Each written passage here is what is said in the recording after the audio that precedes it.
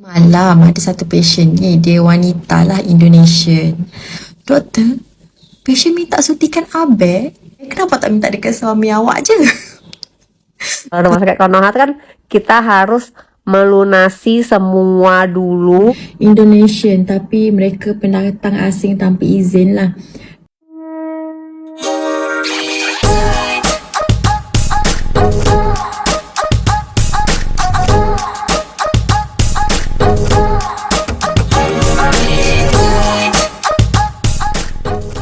Oh hai, oh halo, hai teman-teman, apa kabar kalian? Jumpa lagi di channel Misari.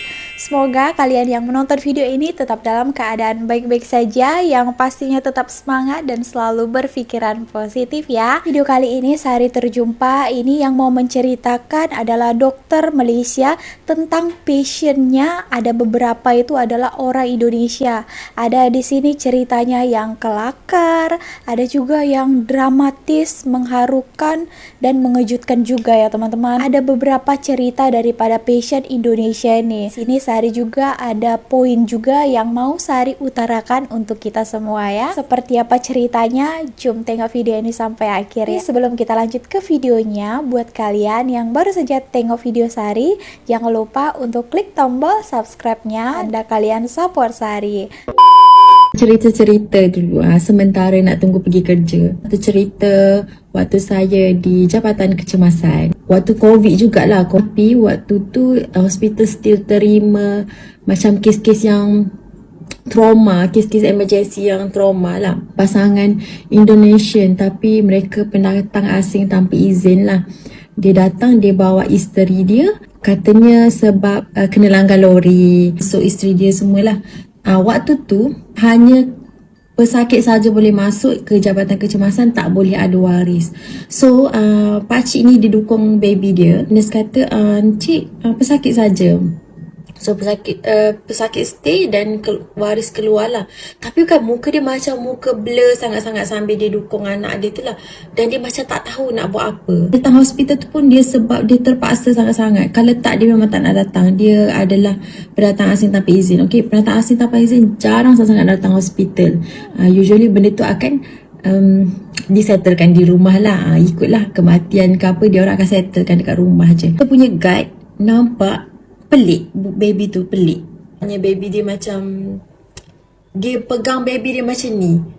Pegang macam ni dan guard pelik, dan baby dia guard bawa pergi ke depan, cakap dekat medical assistant kita, cuba tengok baby ni. And then medical assistant check, tak ada nadi korang, tak ada nadi. Terus heret bawa pergi red zone. Okay, nurse kita tak perasan yang pasal yang dekat dalam yellow zone waktu tu, sebab dia dukung baby dia dan keadaan macam huru-hara dekat dalam yellow zone tu. Dia dukung baby dia macam tu, tapi bila kat luar baby dia macam dukung macam tu, dan dia macam like clueless dia nak buat apa. So hantar dekat red zone, memang rupanya baby tu sudah tiada. Okay, apa yang berlaku dekat rumah? Dia cerita dia baru balik kerja dan baby dia tu tak selesa dalam 20 hari macam tu. Dia baru balik kerja, isteri dia duduk rumah kongsi. Isteri dia duduk kat ruang tamu sedang tidurkan baby dia. So dia bawa lori, dia tertekan minyak dan lori dia rempuh masuk ke dalam rumah. So lori tu atas baby dia, kena kaki isteri dia. Isteri dia tak ada apa-apa, just macam patah kaki. Tapi baby dia, saya tak attend case tu, saya just attend case isteri dia. Baby dia dekat red zone di attend oleh sahabat-sahabat sajalah. Baby tak selamat lah, sebab dia lah waktu tu pun dah tak ada pulse semualah. Itulah ceritanya. Mostly yang tak ada permit ni, dia takut nak datang hospital sebab takut kita buat report polis sebenarnya. Tapi actually jarang sangat lah kita akan pentingkan nyawa pesakit dulu. Apa-apa pun itu adalah antara pengalaman saya bila bekerja di Jabatan Kecemasan. Banyak lagi perkara-perkara ni, tapi kita jumpa dalam episod akan datang. Wah, macam pengacara dah kan. Ini adalah cerita pertama daripada dokter ini. Oke, itulah ya kesusahnya kalau kita tidak ada izin tinggal ataupun permit secara sah di negara orang. Jadi, takut nanti kalau sudah sembuh nanti pihak mana-mana itu akan repot balai polis, mereka takut pergi hospital. Itulah pentingnya kita mempunyai izin tinggal di negara orang, tak takut kemana-mana. Kalau kita sakit langsung pergi hospital saja. Karena kita di sini ada surat-surat yang lengkap, jadi kita ini happy juga tinggal di negara orang. Ceritanya sedih juga ya, Sari sedih juga kalau menyangkut dengan anak-anak macam ni ya. Itu ya, kita tak tahu kemalangan terjadi bila-bila masa ya teman-teman. Oke, di sini Sari mau menanggapi satu poin dan yang paling Sari salutnya kepada pihak hospital tersebut, walaupun mereka adalah pekerja asing ke orang asing ke, bahkan mereka tak ada izin tinggal, kalau itu adalah macam cepat kecemasan, cepat-cepat nak ditolong, mereka langsung tolong, masukkan ke dalam hospital dan diobati ya, tanpa diminta apa-apa dokumen ke ataupun minta uang terlebih dahulu ataupun deposit. Telah sembuh baru mungkin diurus. Salutnya di Malaysia ini kan ada diminta, kamu mana paspor, kamu ada izin tinggal ke di sini. Poinnya dalam keadaan darurat ya, kecemasan ya. Terima kasih juga untuk pihak hospital juga dan dokter-dokter juga yang dengan baik hati, kerelaan hati menolong saudara-saudara ini ya. Negara kami yang di sana mencontohi juga macam Malaysia ini. Boleh ya, memang harus boleh selamatkan pasien juga. Karena saya lihat banyak sekali kes-kes di negara kami di sana itu padahal sudah kes kecemasan, tapi ya administrasi, biaya terlebih dahulu. Pasien itu udah tak boleh tahan lagi. Kalian boleh tahu lah ya, berita-berita itu sudah sangat viral sampai juga menghilangkan nyawa dan berakibat kematian. Ada juga yang mengandung sekali ibu dan anaknya juga. Ini cerita kedua, pernah juga saya reaksikan kakak ini ya. Nah ini dia sampai dia sudah balik ke Indonesia baru dia bayar biaya hospital. Seperti apa kisahnya, ceritanya, jom kita dengarkan. Hai, udah lama nggak cerita-cerita tentang rumah sakit Island. Nah, jadi tuh aku tuh kayak lupa cerita kalau pembayaran rumah sakit Island tuh agak beda sama rumah sakit Konoha ya. Kalau rumah sakit Konoha tuh kan kita harus melunasi semua dulu, baru kita boleh pulang. Bener kan? Pasti kan? Nggak bayar nggak boleh pulang kan, walaupun kita pakai asuransi, dia harus minta approval asuransi dulu, bener kan? Nah, ini tuh kejadian sudah lama ya. Sudah lama tuh, pas aku operasi itu kayak 6 bulan lalu gitu kan. Tapi kita kan operasi pasti ada deposit kan.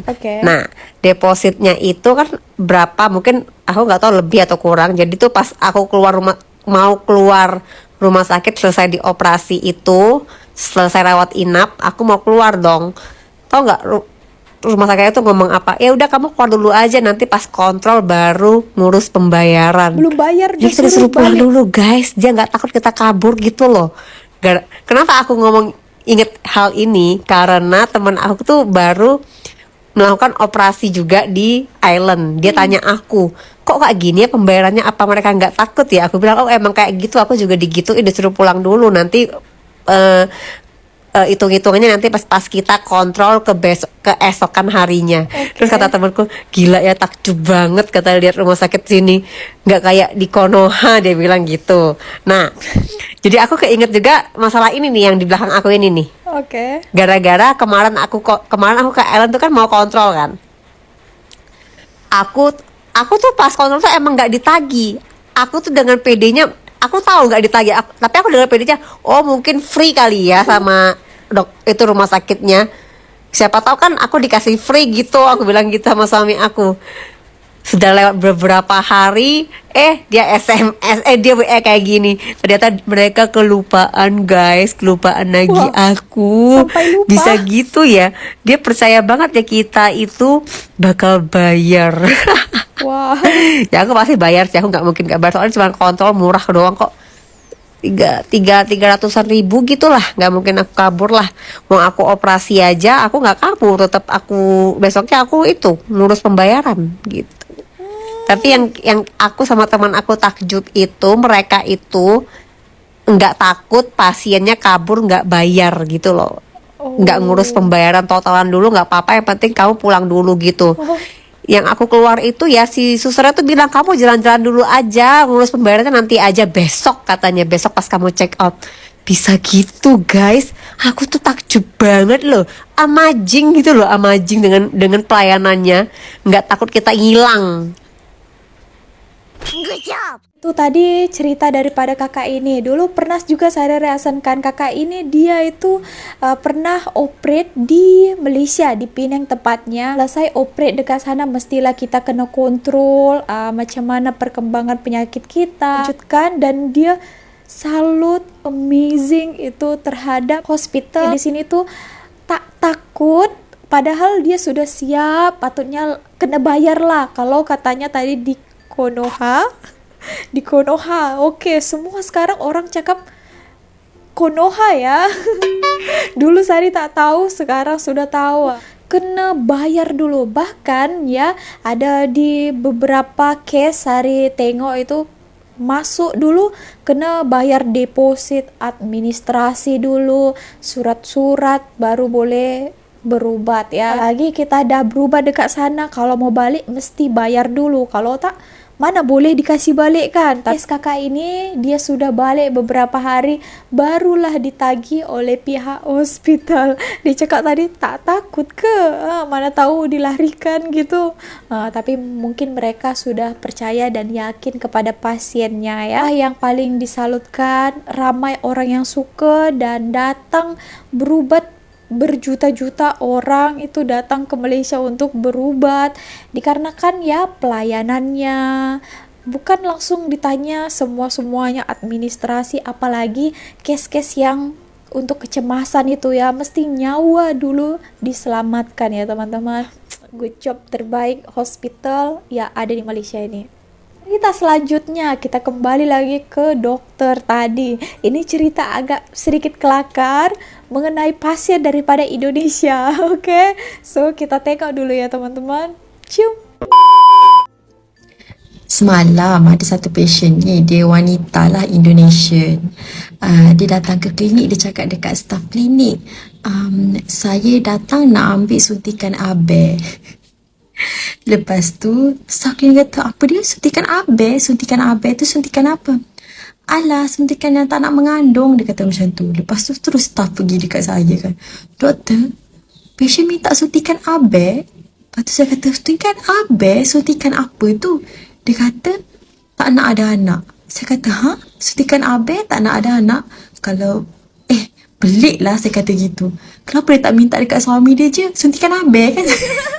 Lepas tu kan saya kata tak apalah, panggil dia masuk, nanti saya tanya. Lepas tu saya tanya dekat patient, awak nak apa sebenarnya? Saya mau suntikan AB, dia kata gitu. Saya kata, suntikan AB, kenapa tak minta dekat suami awak je? Lepas tu kata, bukan doktor, bukan, saya nak suntikan yang tak nak bagi mengandung tu, yang setiap 3 bulan tu. Oh, depo. Saya kata gitu. Namanya depo. Dia kata, oh, dia kata dia tak tahu namanya, dia tahu waktunya saja. Astaghfirullahalazim, malu gila kita orang tau. Atau satu lagi, Indonesia juga, dia macam patient-patient formal malam. Saya ni suka berborak. Lepas tu saya tanyalah dekat dia, korang dekat Indonesia ni, mufti-mufti tak marah ke pelakon-pelakon korang tu berlakon dahsyat sangat? Saya kata gitu. Dekat Malaysia ni tak adalah macam tu sangat, saya kata gitu. Lepas tu dia kata, ha? Dia macam pelik lah, dia kata, mufti mau marah, dia kata gitu kan. Saya kata, yelah, pelakon-pelakon korang tu, cuba tengok dia orang berlakon macam mana. Lepas tu dia macam pelik. Dia kata, pelakor ke doktor? Pelakor. Bukan pelakor lah, pelakor tu pelakon, saya kata gitu. Pelakor, ya marah, dia kata gitu. Kalau ambil suami orang mestilah marah, dia kata gitu. Bukan, korang panggil apa? Aktris aktris. Artis. Dia faham saya tanya pasal pelakor. Pelakor apa? Perampas Ya Allah, rupa-rupanya kita ni macam ada juga macam bahasa yang kita tak faham dengan bahasa Indonesia. Tapi bahasa dia orang best je. Sampai keluar dia gelak, sama gelak pula dengan kawan-kawan dia. Memang berdekah lah kita orang semua sebab Diingatkan saya tanya pasal mufti-mufti tak marah ke kalau ada orang-orang ketiga ganggu rumah tangga. Kelakar ya. Kan untuk cerita yang pertama tadi suntikan AB, mungkin bukan AB ya, KB, KB, KB kita panggil ya. Jangan daripada keluarga berencana. Kalau di Indonesia keluarga berencana itu 2 anak lebih baik ya kan. Jadi ada suntikan-suntikan supaya tidak mengandung macam itu ya. Di sini bukan itu namanya ya, tapi dia bawa bahasa kami yang di sana itu. So dokter, staf dekat sana pelik lah, apa tuh AB, KB ya teman-teman, tapi mungkin didengarnya AB itu. Oke. AB, kenapa? Tapi tadi kelakarnya dokter ini cakap, kenapa tak minta dengan suami? Oke, so macam itu ya. Nah, untuk yang case kedua, tetap masih Indonesia juga. Pelakon. Kalau di sana kita artis juga, pemain sinetron, tapi didengarnya pelakon. Oh, pelakor itu ya perampas ya, perebut laki orang. Ya ada juga beberapa bahasa kita memang yang berbeda ya. Kalau KB itu dia disingkat ya, patutnya adalah keluarga berencana, tapi kita suka disingkat-singkat jadi KB, AB. Juga ya cerita daripada dokter ini tentang banyak juga ya yang dihandle-nya itu adalah pasien-pasien daripada orang Malaysia, ada juga orang Indonesia. Kelakar ya. Yang paling Sari sudah perhati ya, kalau orang Malaysia itu kalau dengar cerita yang tadi itu, mereka kurang ada cakap bahasa orang ataupun bahasa daripada negara lain itu macam aneh ke, pelik ke, macam apalah itu. Tapi orang Malaysia di sini kebanyakan yang Sari lihat tadi itu, daripada dokter itu dia cakap adalah best juga bahasa di orang. Karena Sari dengar orang-orang Malaysia itu mempersendakan ataupun memburukkan bahasa negara orang, bahkan selalu dia cakap best ke, oh baru tahu, macam itu saja. Nah itu ya yang paling Sari perhati ya, semasa Sari reaction ini Sari banyak juga belajar macam mana orang dekat sini, semuanya perhati. Tapi itu yang paling Sari sangat salut lah. Good job. Cerita daripada dokter ini dan juga tadi kakak itu ya. Semoga ada juga poin-poin yang kita ambil. Segitu aja video kali ini. Terima kasih telah menonton. See you on my next video. Misari. Bye.